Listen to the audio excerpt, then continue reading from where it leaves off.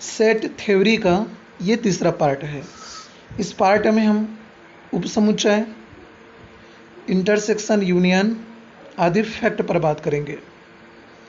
और वीडियो ज़्यादा लंबा न रहा तो हम कुछ MCQ क्वेश्चन भी देखने वाले हैं। तो ये video 11th 12th BSc college और कंपटीशन एग्ज़ाम के लिए बहुत इंपॉर्टेंट है। सो स्टार्ट करते हैं। तो सबसे पहले यहाँ पर समझने वाली बात है कि ये जो सबसेट है ये होता क्या है। यदि ए का प्रत्येक जो एलिमेंट है वो बी में शामिल हो जाए, यदि ए का प्रत्येक एलिमेंट बी में सम्मिलित हो तब हम कहेंगे कि ए सबसेट है बी का। यहाँ पे जैसे देखिए A belong to capital A और small A belong to capital B, तो इस कंडीशन को भी सेटिस्फाई यहाँ पर करना चाहिए। नेक्स्ट इसके आगे हम देखते हैं।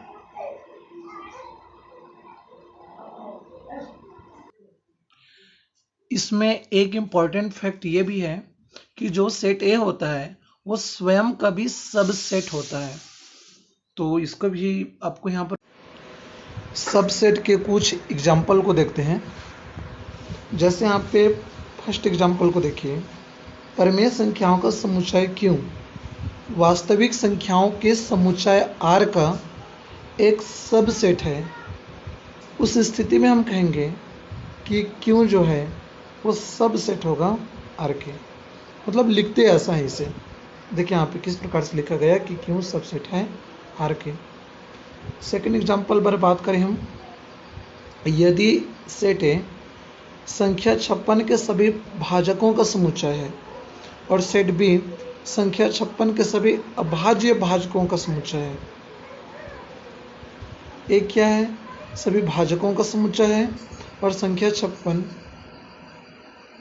जो सेट बी है वो संख्या 56 के सभी अभाज्य भाजकों का समुच्चय है। जैसे 56 से भाग जाने वाले 2, 4 और इसमें आ जाएंगे बहुत सारी संख्या, 7 भी आ जाएंगे। तो सभी भाजकों को ले रहे हैं तो 7 सेट ए में भी है और 7 जो है वो सेट बी में भी है, क्योंकि सेट बी में आपको क्या लेना है यहाँ पर, अभाज्य संख्या, जैसे कि 7 हो गया। तो हम ये कहेंगे कि जो सेट बी है वो क्या होगा, सेट ए का सबसेट होगा। इसी प्रकार से नेक्स्ट एग्जांपल यहाँ पे देखते हैं। मान लीजिए कि a इक्वल 1 3 5 है यहाँ पे, और b यहाँ पे सेट है x सच डेट x के सभी x 6 से एक विषम प्राकृतिक संख्या होगा। क्या कहा जा रहा है, 6 से कम विषम प्राकृतिक संख्या। तो इसमें कौन कौन से एलिमेंट आ जाएंगे, तो इसमें आपका जाएंगे 6 से कम है तो विषम कहा जा रहा है, तो ये आपका जाएगा 1 3 5। तो देखिए यहाँ पे जो सेट ए है वो तो सबसेट होगा बी का, और चूंकि यहाँ पर बी वो भी सबसेट है ए का, तो हम क्या कहेंगे कि दोनों जो है वो इक्वल सेट है। इसके पहले वाले वीडियो में मैंने इक्वल सेट बताया था, तो यहाँ पे क्या होगा, ए इक्वल हो जाएगा बी, ए और बी इक्वल सेट हो जाएंगे। नेक्स्ट क्वेश्चन भी देख लेते हैं, तो इसको आप एक बार ट्राई कीजिएगा। जो नेक्स्ट क्वेश्चन है सिंपल है, सरल है, ज़्यादा यहाँ पे आपको परेशानी दिक्कत नहीं जाएगा। चलिए तो कुछ और एग्जाम्पल देख लेते हैं। इस एग्जाम्पल में आपको बताना है कि सबसेट होगा या नहीं होगा। जैसे कि इसमें एक एग्जाम्पल देख लेते हैं 2 को। देखिए 2 में क्या कहा जा रहा है, तो यहाँ पे देखिएगा ए का मान क्या दिया, ए का मान है 1 3, बी का मान है 1 5 9। तो क्या ए सबसेट होगा बी का, तो यहाँ पर ध्यान से देखिए ए जो है ना सबसेट नहीं होगा। तो उसके लिए सिंबल किसका उपयोग किया जाता है, इस प्रकार से हम लोग सिंबल का यूज करते हैं कि ये सबसेट नहीं होगा किसका, बी का। तो ये कुछ एग्जाम्पल हो गए, बहुत सिंपल है, आप आराम से इसको बना सकते हो, कोई दिक्कत नहीं जाएगा। कुछ अन्य फैक्ट पर बात कर लेते हैं, जैसे प्राकृतिक संख्याओं का समुच्चय 1 2 3 4 5 एटसेट्रा, और पूर्णांकों का समुच्चय, पूर्णांक में तो दोनों संख्या आ जाती है, ऋणात्मक और धनात्मक दोनों। तो जैसे यहाँ पे देखिए ऋणात्मक लेते हैं -3, -2, -1, इसी प्रकार से यहाँ पे धनात्मक भी ले रहे हैं हम।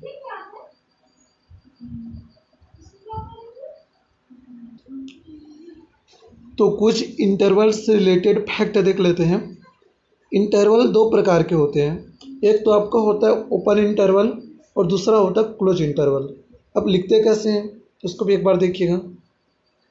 जब हमें यहाँ पर ओपन इंटरवल लिखना होता है तो उसके लिए हम लोग कुछ इस प्रकार से स्मॉल ब्रैकेट का उपयोग करते हैं, और जब हमें क्लोज इंटरवल लेना होता है तो हम इस प्रकार से कैपिटल ब्रैकेट का यूज करते हैं।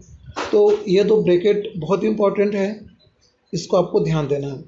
अब यहाँ पे जब हम लोग क्लोज इंटरवल लेकर चलेंगे उस स्थिति में क्या होता है, पहले तो मैं इसको हटा लेता हूँ यहाँ से। चलिए अब देखिए यहाँ पे सबसे पहले किसको देख लेते हैं।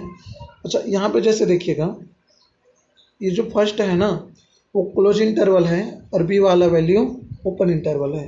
तो इसका मतलब ये होता है कि जो क्लोज इंटरवल होगा उस एलिमेंट को भी हम सेट में ले सकते हैं, लेकिन जो ओपन इंटरवल बी है यहाँ पे उस ओपन इंटरवल एलिमेंट को बी को हम सेट में नहीं ले सकते। तो ये बहुत इंपॉर्टेंट फैक्ट होता है। जो क्लोज इंटरवल होता है उस एलिमेंट को हम लोग सेट में ले सकते हैं, उसके अंतर्गत रख सकते हैं, लेकिन ओपन इंटरवल को उसके अंतर्गत नहीं रखा जाता। नेक्स्ट इसमें देख लेते हैं कुछ और फैक्ट को। अच्छा, जैसे यहाँ पे देखिए लिखा गया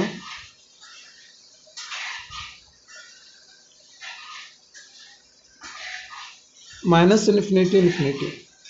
ओपन इंटरवल में है, तो इसका अर्थ ये है कि हम यहाँ पर -∞ और इन्फिनिटी के बीच के मान को लेंगे ओपन इंटरवल के लिए। आपको इस सिंबल से अच्छे समझ में आ जाएगा ही हो। जैसे देखते जाइए, ये भी दोनों ओपन इंटरवल हैं, तो इन दोनों के बीच के मान को यहाँ पर दिया गया। जैसे देखिए यहाँ पर ए बी दोनों क्लोज इंटरवल है, तो ए को भी लेना है, बी को भी लेना है और उन दोनों के बीच को भी लेना है। तो आई होप कि आपको कॉन्सेप्ट समझ में आ गया होगा। नेक्स्ट चीज़ों पर हम लोग बात करते हैं।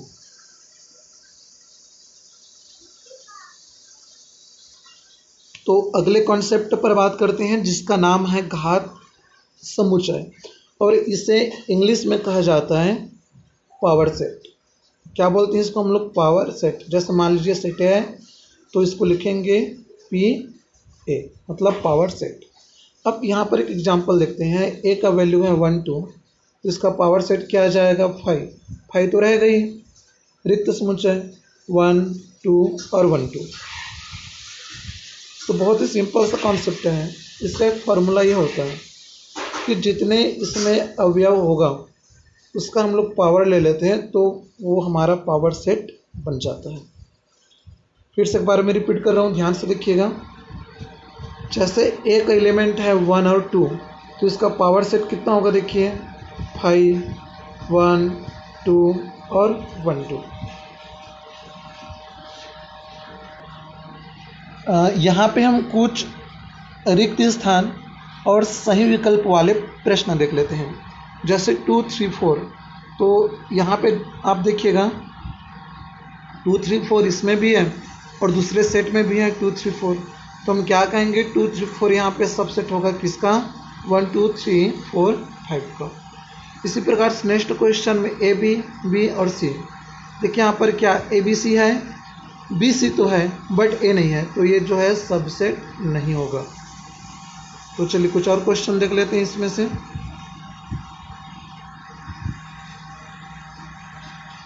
तो ये कुछ एग्जाम्पल हैं जिसको आप लोग देखते जाइएगा। जैसे कि यहाँ से एग्जाम्पल हम लोग देखते हैं। x सच डेट x एक सम प्राकृत संख्या है। सम प्राकृत संख्या यानी 2 4 6 8, और x यहाँ पर एक पूर्णांक है। तो पूर्णांक क्या होता है सबको पता ही होगा, ऋणात्मक और धनात्मक सहित समस्त संख्याएं। मतलब यहाँ पे शून्य भी लेंगे, 1 लेंगे, +1 +2 +3, और यहाँ पर -1 -2। तो ये सब जो है पूर्णांक के अंतर्गत आते हैं। अब देखिए यहाँ पर क्या कहा जा रहा है, तो समप्राकृत संख्या जो है वो पूर्णांक के अंतर्गत तो होगा ही। तो हम कह सकते हैं कि यहाँ पे जो पहला वाला सेट है वह सब सेट होगा दूसरे वाले सेट के।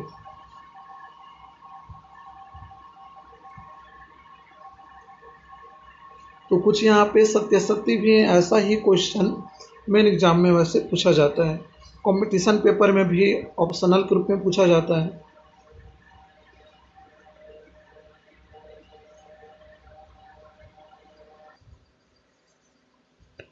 तो अब हम यहाँ पे देखते हैं यूनियन ऑफ सेट को। यूनियन का मतलब पता होगा, सम्मिलित करके लिखना। जैसे यहाँ पे देखिए ए का वैल्यू है 2 4 6 8, बी का वैल्यू है यहाँ पे 6 8 10 12, तो इसका यूनियन क्या होगा, तो 2 4 6 8। अब 6 8 को डबल तो लिखना नहीं है, तो बचा क्या 10 और 12, तो ये आपको हो जाएगा यूनियन सेट। काफ़ी सिंपल है इसको बनाना।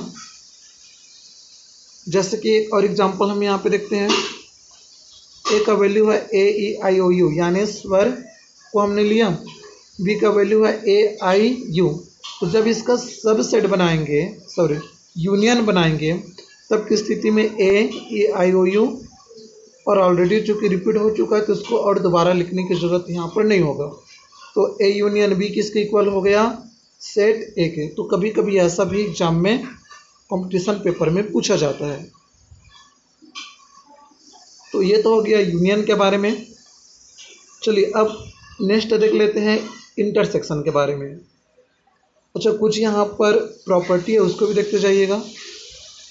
जैसे यहाँ पे देखिए फर्स्ट जो है, यदि ए यूनियन बी है और बी यूनियन ए है तो इसे हम लोग कहेंगे क्रमविनिमय नियम। तो कुछ यहाँ पे नियम दिया गया, क्रमविनिमय, सहचर्य, तत्समक, वर्गसम और यूनिवर्सल नियम। तो यदि यूनिवर्स यू और यूनियन निकालेगा उस स्थिति में वह यू प्राप्त होगा। इसी प्रकार से ए और ए का यूनियन तो ए ही आता है, ये सिंपल चीज़ है। अब हम बात कर लेते हैं इंटरसेक्शन ऑफ सेट के बारे में। तो इंटरसेक्शन में क्या होता है, जो दोनों चीज़ों में सम्मिलित है केवल उन्हीं चीज़ों को हम यहाँ पर लेकर चलते हैं। जैसे फॉर एग्जांपल देखिए, सेट ए का वैल्यू है 1 से लेकर 10 तक, सेट बी का वैल्यू है 2 3 5 7। तो इसका इंटरसेक्शन क्या आएगा, तो देखिए 2 3 5 7 दोनों में सम्मिलित है, तो जो दोनों में सम्मिलित है केवल हम उसी को लेकर चलते हैं। तो ए इंटरसेक्शन बी एक्चुअली यहाँ पर बी के इक्वल हो गया। खैर जरूरी नहीं होता हर बार ऐसा होना, इसका भी ध्यान दीजिएगा।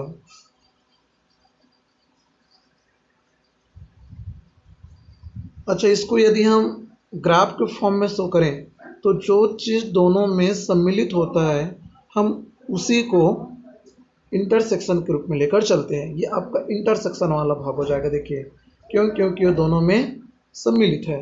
और जब यूनियन में लेना होता है तो क्या करते हैं, इसको कंबाइन करके लिखा जाता है। देखिए यूनियन के लिए हम लोग इतना को पूरा लेकर चलेंगे।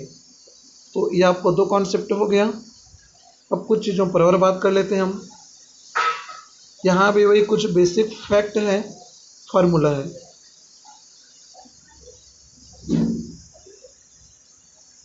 जैसे यहाँ पे देखते जाइएगा, क्वेश्चन में क्या लिया है, यहाँ पर बी यूनियन सी ले रहा है, तो दोनों में सम्मिलित एलिमेंट को लेंगे। ए इंटरसेक्शन बी है, तो जो दोनों में शामिल है उसको लेकर चलेंगे। तो कुछ चीज़ों को आपको यहाँ पर फोकस करना है, ध्यान देना है। अब हम लोग देख लेते हैं डिफरेंस ऑफ सेट। एक बार समय को भी देख लीजिएगा, बहुत ज़्यादा समय हो चुका है। तो चलिए ठीक है, इस वीडियो में यहीं तक देखते हैं। नेक्स्ट में हम लोग डिफरेंस ऑफ सेट को देखेंगे।